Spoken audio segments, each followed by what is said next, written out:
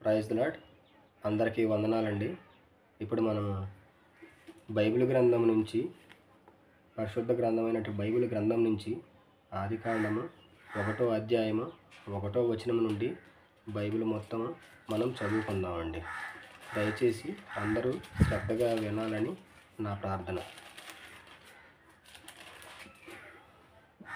ఆదికాండము 1వ అధ్యాయము 1వ వచనము. ఆదియందు దేవుడు భూమి ఆకాశములను సృజించెను. భూమి నిరాకారముగాను శూన్యముగాను ఉండెను. చీకటి అగాధ జలముపైన కమ్మియుండెను. దేవుని ఆత్మ జలములపైన అల్లాడుచుండెను.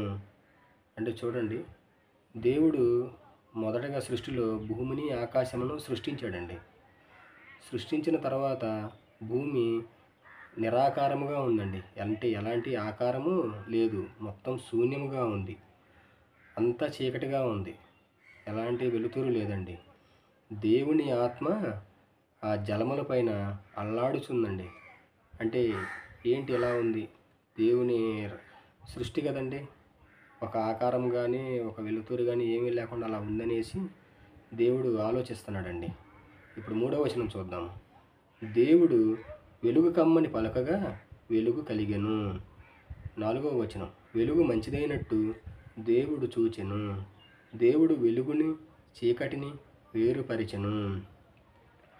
అప్పుడు దేవుడు ఏం చేశారండి, అంతా చీకటిగా ఉందనేసి వెలుగు కమ్మని పలికాడండి. వెలుగు కమ్మని పలకటం వల్ల వెలుగు ఏర్పడింది. అప్పుడు దేవుడు చీకటి ఉంది కదా, వెలుగుని చీకటిని వేరుపరిచాడండి. అప్పుడు 5వ వచనం. దేవుడు వెలుగునకు పగలనియు చీకటికి రాత్రనియు పేరు పెట్టెను. అస్తమయమును ఉదయమును కలుగగా ఒక దినమాయెను.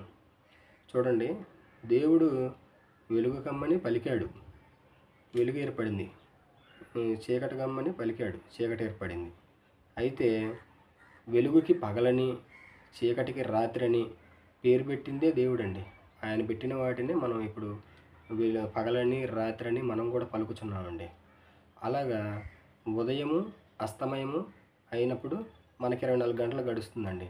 దానికే దేవుడు ఒక దినమైందని పేరు పెట్టాడండి. 6వ వచనం. మరియు దేవుడు జలముల మధ్య ఒక విశాలము కలిగి ఆ జలములను ఈ జలములను వేరుపరచుగాక అని పలికెను. దేవుడు ఏం చేశాడండి, జలములని వేరుపరిచాడు.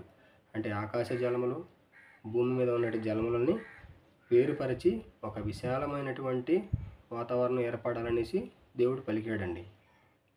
దేవుడు ఆ విశాలము చేసి విశాలము క్రింది జలములను విశాలము మీది జలములను వేరుపరచగా ఆ ప్రకారమైన, అంటే విశాల క్రింది జలములు అంటే భూమి మీద ఉన్నటువంటి జలములండి, సముద్రంలో కావచ్చు, సముద్రపు నీళ్ళు. మీది జలములు అంటే ఆకాశంలో అండి. ఆకాశంలో జలములన్నీ అవి మేఘాల రూపంలో ఇవి వేరుగా ఉన్నాయి.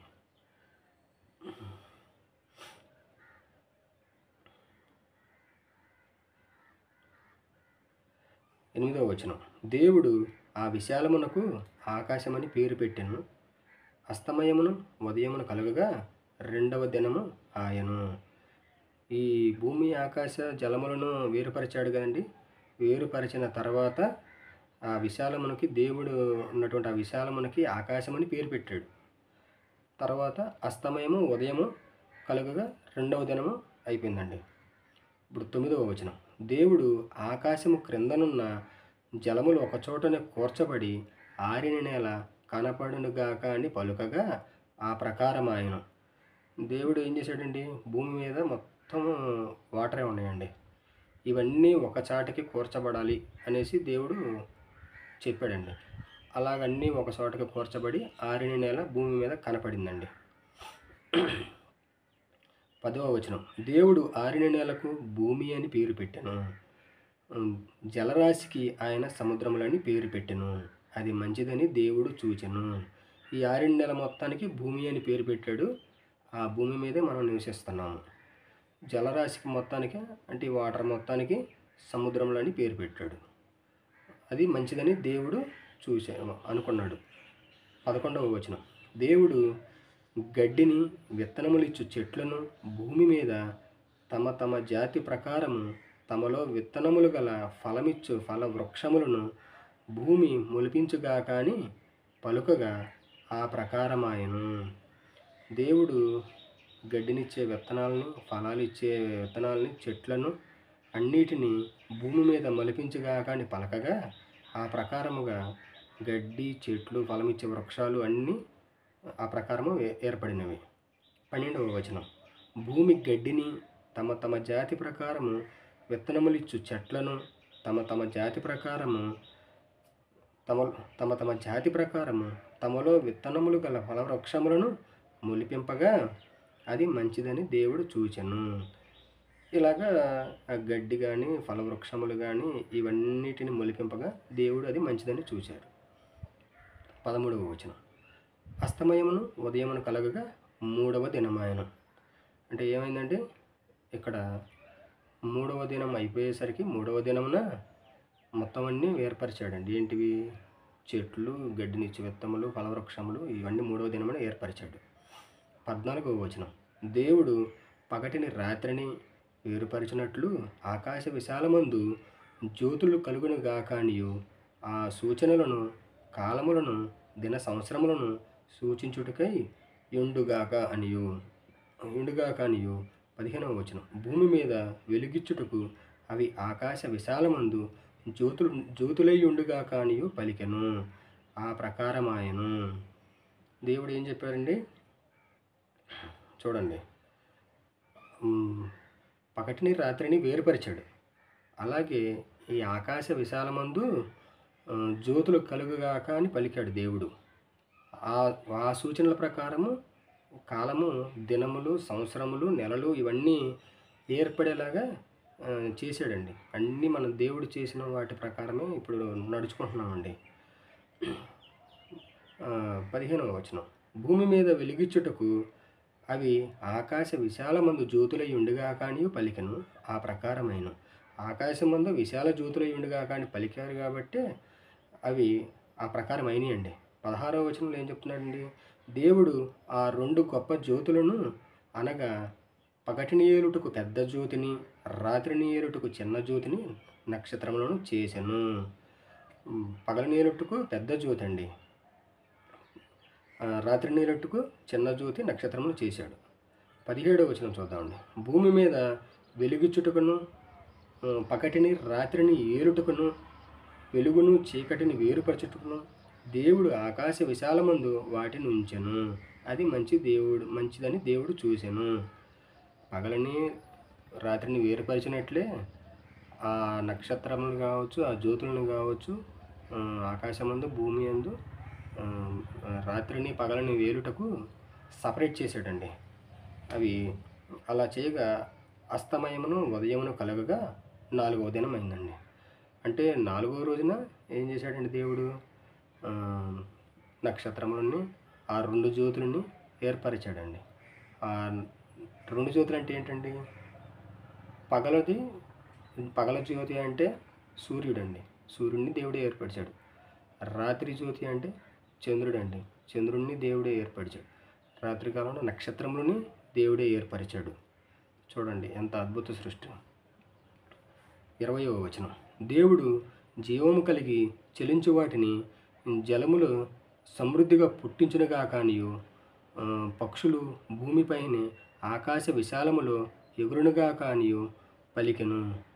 ఇప్పుడు చూడండి, దేవుడు జలము కలిగి చలించుటకు జలములు సమృద్ధిగా పుట్టించాడు.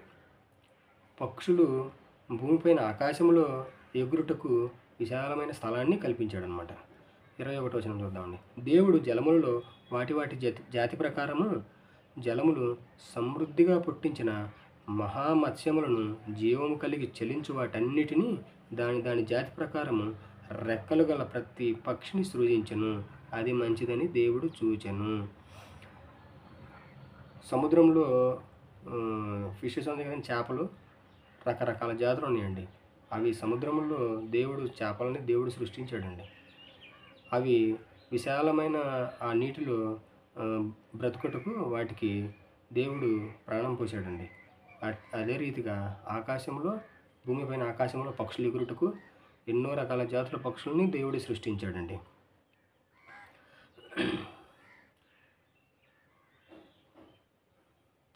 22వ వచనం చూద్దామండి. దేవుడు మీరు ఫలించి అభివృద్ధి పొంది సముద్ర జలములలో నిండి ఇండుడనియు పక్షులు భూమి మీద విస్తరించినగా కనియు వాటిని ఆశీర్వదించను.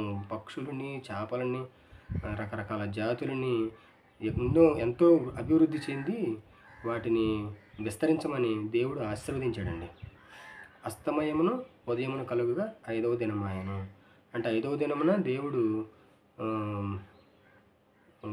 సముద్ర చేపలు, అంటే సముద్రంలో జీవించే చేపలను కానీ, ఇటు ఆకాశంలో ఎగిరే పక్షులను కానీ 5వ దినమున దేవుడు సృష్టించాడండి. 24వ వచనం. దేవుడు వాటి జాతి ప్రకారము జీవము గల వాటిని, అనగా వాటి జాతి ప్రకారము పశువులను, పురుగులను, అడవి జంతువులను భూమి పుట్టించుగాకని పలికెను. ఆ ప్రకారం ఆయను.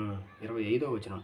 దేవుడు ఆయా జాతుల ప్రకారము అడవి జంతువులను, ఆయా జాతుల ప్రకారము పశువులను, ఆయా జాతుల ప్రకారము నేలను ప్రాకు ప్రతి పురుగును చేసెను. అది మంచిదని దేవుడు చూసెను. చూడండి, దేవుడు మనకి ఏమేం చేశాడు? రకరకాల జాతుల ప్రకారము జంతువులను సృష్టించాడండి. పశువులు కావచ్చు, అడవి మృగములు కావచ్చు, ఎన్నో రకాల జాతులటువంటి జంతువులను సృష్టించాడు. నేలను ప్రాకు కావచ్చు, అంటే పాములు కావచ్చు, పురుగులు, ఏవైనా సరే ప్రతిదీ దేవుడు సృష్టించిందేనండి. వీటన్నిటినీ దేవుడు సృష్టించాడండి. దేవుడు సృష్టించినవాడు కాబట్టి ఇప్పుడు వాటన్నిటిని మనం చూస్తున్నాము, మనము జీవిస్తున్నామండి.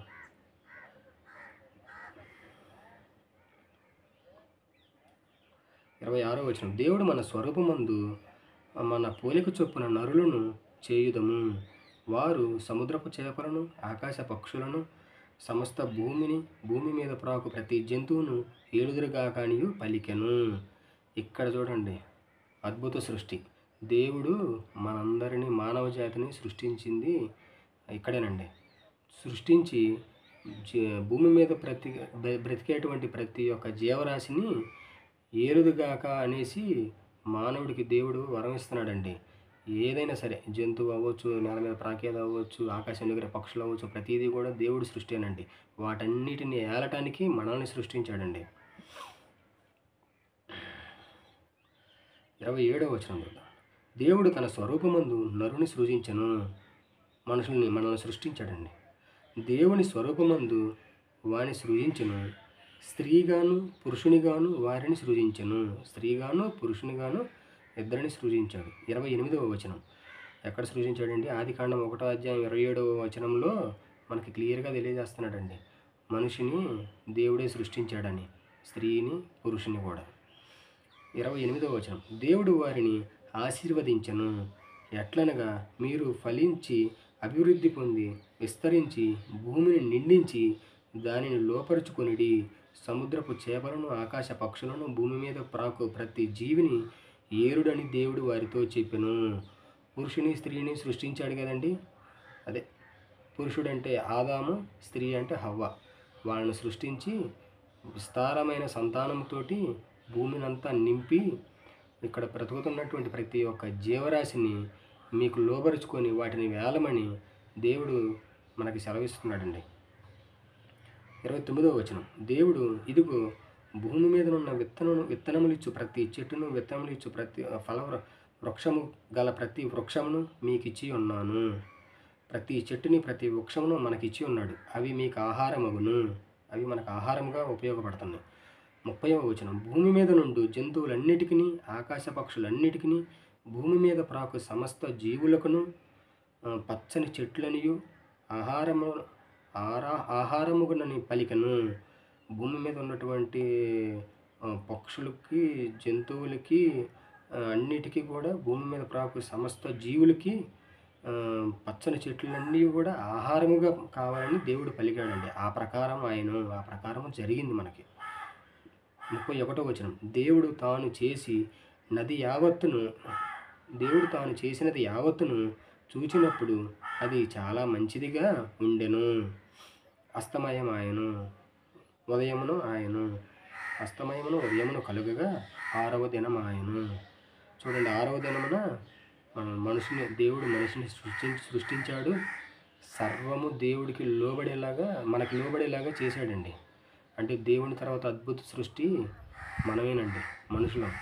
మనకి ప్రతి ఒక్కటి కూడా మనకు లోబడి బ్రతికేలాగా, ప్రతి జీవరాశి మనకు లోబడి బ్రతికేలాగా, జంతువులు కావచ్చు, చేపలు కావచ్చు, ఇటు పక్షులు కావచ్చు, అన్నీ మన మాట వినేలాగా, మనకు ఆహారంగా ఉపయోగపడేలాగా, వృక్షములు కావచ్చు, ప్రతీది కూడా మన కోసం దేవుడు సృష్టించాడు. మనల్ని 6వ దినమున సృష్టించాడండి.